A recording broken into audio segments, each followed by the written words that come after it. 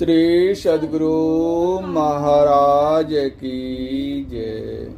प्रातः स्मरणीय अनंत श्री भूषित परमाराध्य संत सद्गुरु महर्षि में परमहंस जी महाराज का प्रवचन। ज्ञान योग युक्त ईश्वर भक्ति। मंदो गुरु पद कंज कृपा सिंधु नर रूप हरि मोह तम पुंज जासु वचन रवि करनिक। प्यारे लोगों, यदि किसी दर्शनीय वस्तु की पहचान करनी हो तो उसको आप किससे पहचान करेंगे? बहुत ही ठीक है कि उसकी पहचान आप अपनी आँखों से करेंगे। यदि गंध विषय हो तो नाक से और शब्द विषय हो तो कान से पहचान करेंगे। इसी तरह यदि आप ईश्वर की पहचान करना चाहे तो किससे करेंगे? इंद्रिय, मन, बुद्धि आदि से नहीं, स्वयं अपने से कर सकेंगे। आप अपनी आँखों से जो देखते हैं वह अपने से नहीं देखते हैं, अपनी आँखों से देखते हैं। जैसे कोई चश्मे से देखते हैं तो आँखों से नहीं बल्कि आँखों के सहारे चश्मे से देखते हैं। इंद्रियों को छोड़कर केवल अपने से क्या करना होगा, इसको सब लोग नहीं जानते। जो आत्मा के विषय में ग्रंथों में पढ़े हैं अथवा सत्संग किए हैं वे इस बात को समझते होंगे। आप अपने से समझ सकते हैं कि किसी मृतक को देखकर ज्ञान करेंगे कि शरीर में जो रहने वाला था वह चला गया, शरीर मर गया। इस ज्ञान से आपको जानना चाहिए कि जितनी इंद्रियां हैं सबसे आप भिन्न हैं। आपके कारण ही इंद्रियां सचेष्ट हैं। पढ़े लिखे लोग जानते हैं कि स्वयं चेतन आत्मा अपने विषय को ग्रहण करती है, उसका निज विषय अपने स्वरूप की पहचान और परमात्मा की भी पहचान है। जैसे आँखों से सब रूपों को देखते हैं और अपनी आँखों को भी आँख से ही देखते हैं। बचपन से सब कोई राम राम, शिव शिव आदि कोई न कोई ईश्वर वाचक शब्द को जानते हैं, ईश्वर में विश्वास करते हैं, किंतु ईश्वर तत्व रूप में क्या है इसको बहुत कम लोग जानते हैं। मैं अपने तई क्या हूँ? यदि अपने से अपने को पहचानो तो तब जो हो वही तुम हो और उसी से परमात्मा का ग्रहण होता है। वह कहाँ है? शरीर के बाहर या भीतर?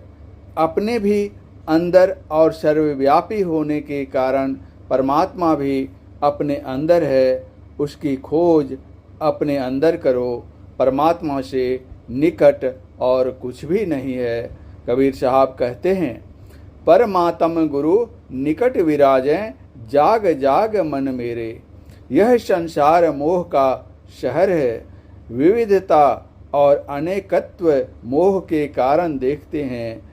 इस मोह निशा से जगने के लिए ऐसा भजन करें जो योग युक्त हो, क्योंकि गोस्वामी जी ने लिखा है, यही जग जामिनी जागहि जोगी, परमारथि परपंच वियोगी।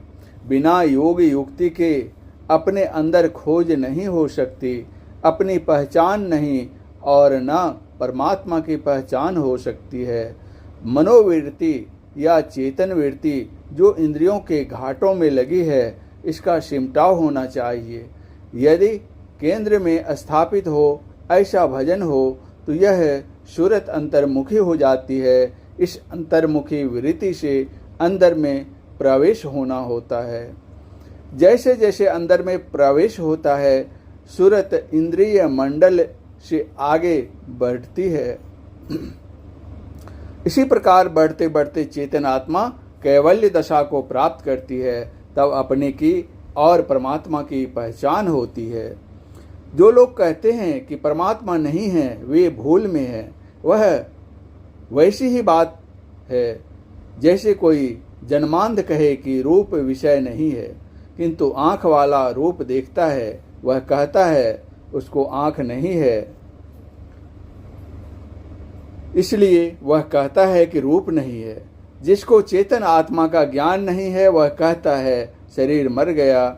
जो चेतन आत्मा भी नहीं रही तो चेतन आत्मा भी नहीं रही। यह उनकी भूल है। हमारे ऋषियों मुनियों संतों ने बताया ईश्वर अवश्य है और तुम चेतन आत्मा भी अवश्य हो। यदि विश्वास नहीं होता है तो अंदर प्रवेश करके देखो, योग की युक्ति जानो, ज्ञान योग युक्त ईश्वर की भक्ति करो।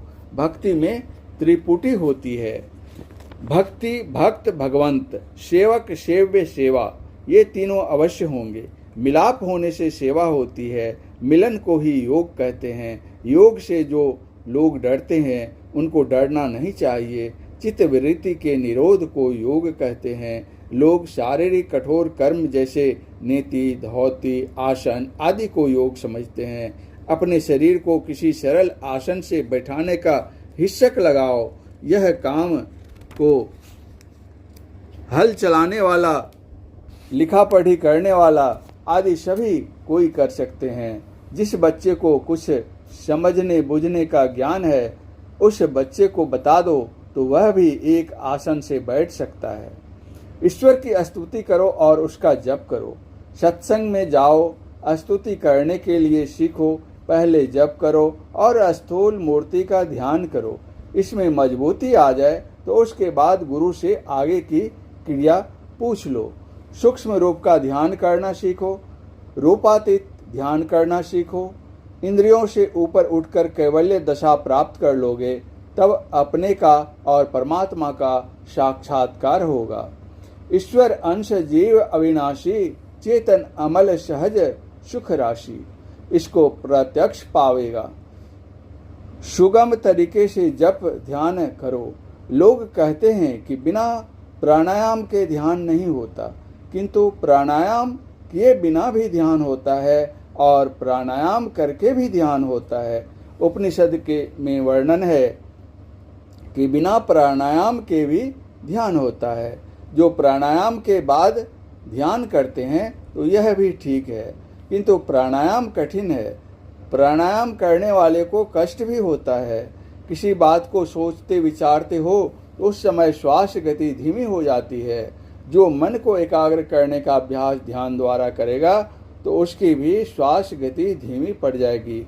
जब ध्यान से अंतर्मुख हो जाओगे, जब ध्यान करने के लिए अंदाजी नहीं किसी जानकार से जानकर करो।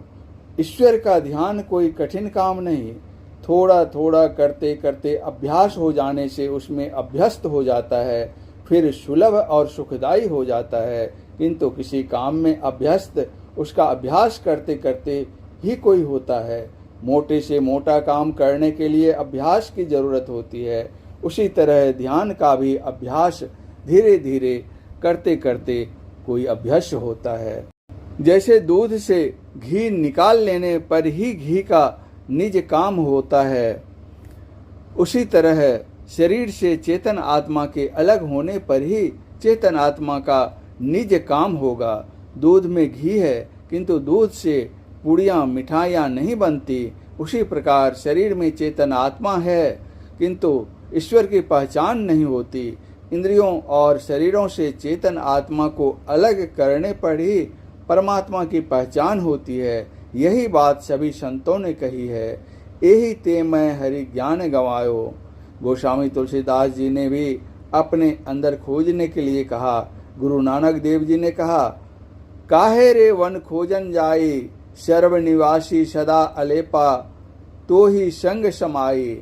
बाहर की खोज इंद्रियों के द्वारा होगी, अंदर में चलने से इंद्रियों से छूटोगे, इसलिए अंदर में खोज करो।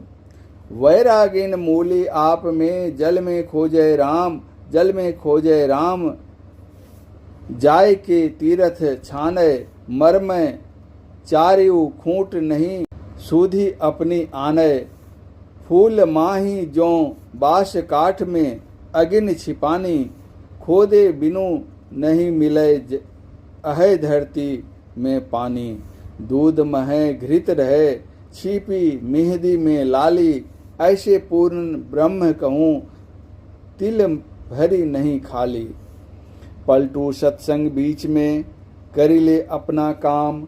वैरागिन भूली आप में जल में खोजे राम। पलटू साहब ने कहा, जैसे फूल में सुगंध है, काठ में अग्नि है, धरती में पानी है, दूध में घृत है और मेहदी में लाली है, उसी तरह परमात्मा सब में है। ईश्वर की खोज अपने अंदर करने के लिए सभी संतों ने कहा, किसी अच्छे गुरु से इसकी क्रिया सीखिए और कीजिए। मैं सरल सरल क्रिया बतलाता हूँ। नेति, धोती, वस्ती, नौली आदि क्रियाएं करने के लिए नहीं बतलाता हूँ। मध्यम में रहो, यानी न विशेष सो और न विशेष जागो, न विशेष खाओ और न विशेष भूखे रहो। अपने घर में रहो, सच्ची कमाई करके अपना गुजर करो। झूठ, चोरी, नशा, हिंसा और व्यभिचार से बचते रहो। ईश्वर का भजन करोगे तो मनुष्य का जीवन सफल होगा। आजकल हम लोग स्वतंत्र हैं, अपने प्रभु आप हो। पंचायत का राज है, जनता का राज है। राज सुखदायी होना चाहिए, किंतु सुख कहाँ है? इसका कारण है कि हम लोग पाप बहुत करते हैं, झूठ बहुत बोलते हैं। यदि झूठ बोलना छोड़ दे तो सुख ही सुख होगा। झूठ गया तो घूस गया, और झूठ फूस चला गया तो मुकदमेबाजी नहीं होगी। पंच पापों को करते रहने से तुम संसार में भले आदमी बनकर नहीं रह सकोगे, परमार्थ तो और कहाँ से होगा। जनता अच्छी हो जाए तो सब ठीक हो जाए। पुण्य का फल सुख होता है, लेकिन इसमें पहले थोड़ा कष्ट होता है, इसको सहो। महात्मा गांधी जी को अफ्रीका में इतना मारा कि उनका दांत तोड़ दिया, उनसे मैला फेंकवाया। उन्होंने इन कष्टों को सहन किया। पीछे उन्हीं महात्मा गांधी जी की इतनी इज्जत हुई कि कहा नहीं जाए। अपने देश की तो बात ही क्या, दूसरे देश के लोगों ने भी इनकी बहुत इज्जत की। धनोपार्जन पाप करके भी होता है, किंतु परमार्थ पाप करने से नहीं हो सकता। इसलिए पाप मत करो, सत्संग ध्यान करते रहो। संसार और परमार्थ दोनों ठीक ठीक चलेंगे। परम पूज्य गुरुदेव का यह प्रवचन मुंगेर जिला अंतर्गत ग्राम तौफीर दियारा में दिनांक 24/4/1954 ईस्वी को रात्रिकालीन सत्संग में हुआ था। श्री सद्गुरु महाराज की जय।